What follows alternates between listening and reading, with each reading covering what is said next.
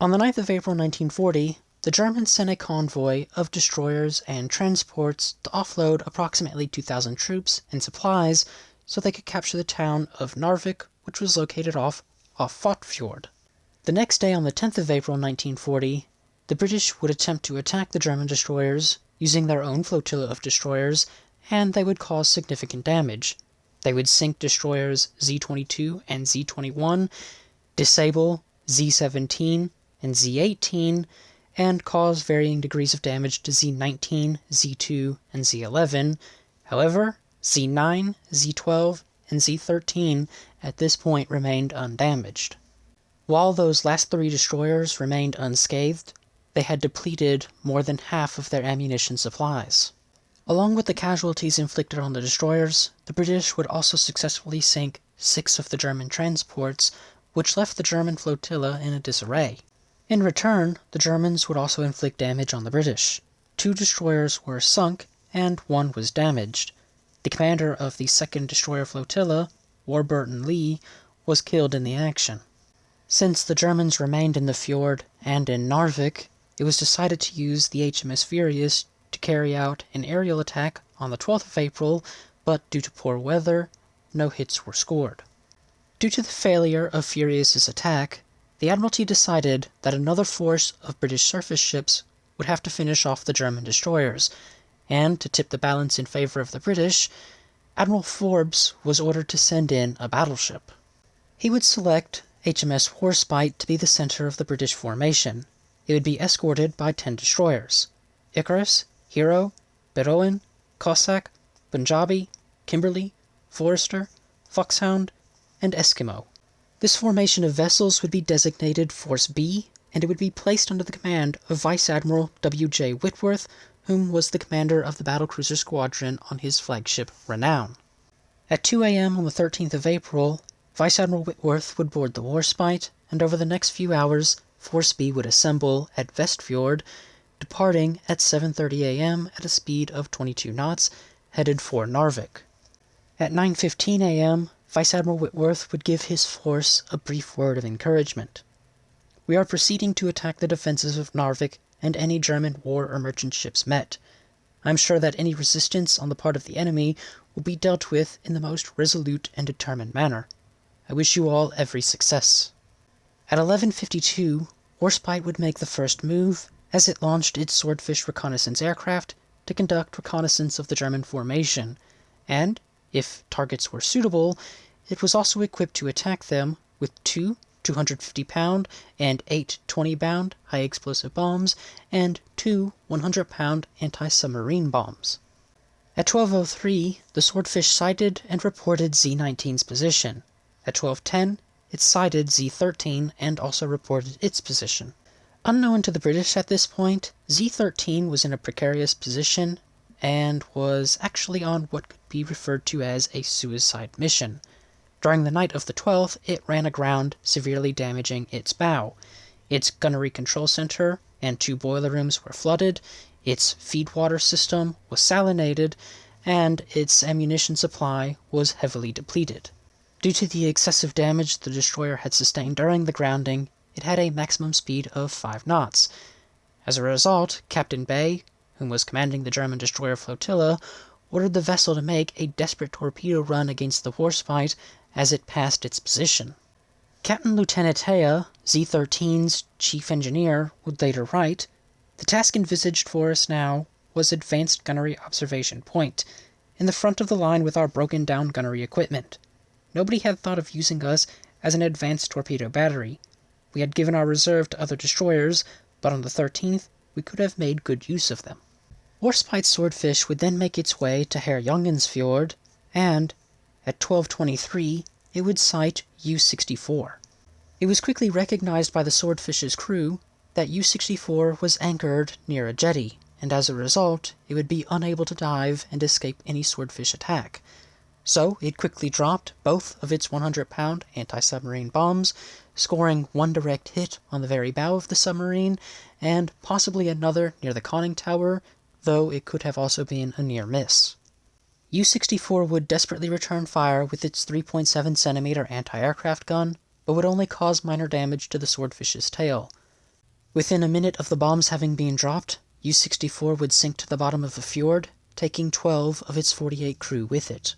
At 12:30, the Swordfish sent a message to Warspite confirming that the bulk of the German ships were at Narvik, but at 12:36, it reported that one destroyer was positioning itself for a torpedo run at Duvik Bay. This, of course, was the Z-13 on its suicide torpedo run. Winding back the clock a little bit, just before the Swordfish attacked U-64, at 12:17, Z-19 made visual contact with the British flotilla at a range of 17,000 yards. It opened fire, turned, and laid a smokescreen. It signaled to the 6 destroyers at Narvik that the British were coming. As a result, Captain Bay ordered his vessels to raise steam to engage the British, but only 3 of the vessels could respond. Z-18, Z-11, and Z-9 would make their way out to engage the British. Z-12 and Z-2 needed approximately half an hour to raise steam, and Z-17 was unserviceable due to damage received during the First Battle of Narvik. As the 4 German destroyers made their way out to engage the leading British destroyers, both sides were having trouble observing the other as a result of poor weather, and as firing began, the cordite fumes only added to this obstruction. For the first 15 minutes of the gunfight, the Warspite remained silent, as it was unable to observe the German ships effectively, but at 12:59 this would change, as the A and B 15-inch turrets opened fire at a range of 21,500 yards, making it the first time since the Battle of Jutland that Warspite fired on a hostile warship. Over the course of the next hour, both sides would exchange gunfire, and neither side would score a hit due to the poor visibility. The tide of the battle would begin to tilt at 13:12, when the destroyers Punjabi, Bedouin, Eskimo, and Icarus passed Duvik Bay, where Z-13 was residing. They would pepper the destroyer with shell fire and land 2 torpedoes against it, placing it out of action. But as Warspite passed at 13:22, it could observe crew members around the torpedo tubes, and so it discharged 18 15-inch shells and 7 broadsides of 6-inch shells into the destroyer, resulting in it exploding and sinking with a loss of 39 crew. Just as Z-13 was being sunk, Z-2 had raised enough steam and arrived to support the other 4 German destroyers still in action. With 5 destroyers in position, the Germans launched a torpedo attack, but no hits would be scored. At 13:50, with his situation depleting as his destroyers were running out of ammunition and he was running out of space to maneuver, Captain Bay ordered his remaining vessels to proceed up Rombaksfjord, which was narrow, in a last attempt to escape the Warspite. Z-19 apparently did not receive Captain Bay's orders, and as a result, it began going northeast towards Herjolfsfjord, where it would beach, the crew would disembark, and HMS Eskimo would scuttle it with torpedoes. At approximately 13:55, Z-12 had finally raised enough steam to enter battle, but by this point the Germans were fleeing the location of Narvik, and so it was left alone to face Force B. At the moment, Warspite was firing at Z-17, which was immobilized, and quickly changed its fire to Z-12, quickly reducing it to a burning wreck, and it would sink, taking 87 of its crew with it. Once Z-12 had sunk, Warspite, Cossack, Foxhound, and Kimberley would return their attention to the Z-17, finishing the destroyer off. But before it sank, it landed 4 hits on the Cossack, which disabled its steering gear, resulting in it running aground, and it would no longer participate in the battle. At approximately 15:15, Z-2 and Z-18 had set themselves up at the mouth of Rombaksfjord to act as floating batteries, where they would fire the remainder of their torpedoes and shells. One torpedo from the Z-2 struck the bow of the Eskimo, blowing it off and taking the destroyer out of action, though it did not sink. Z-2 would then reverse itself onto rocks, where it would be scuttled, and it remains there today.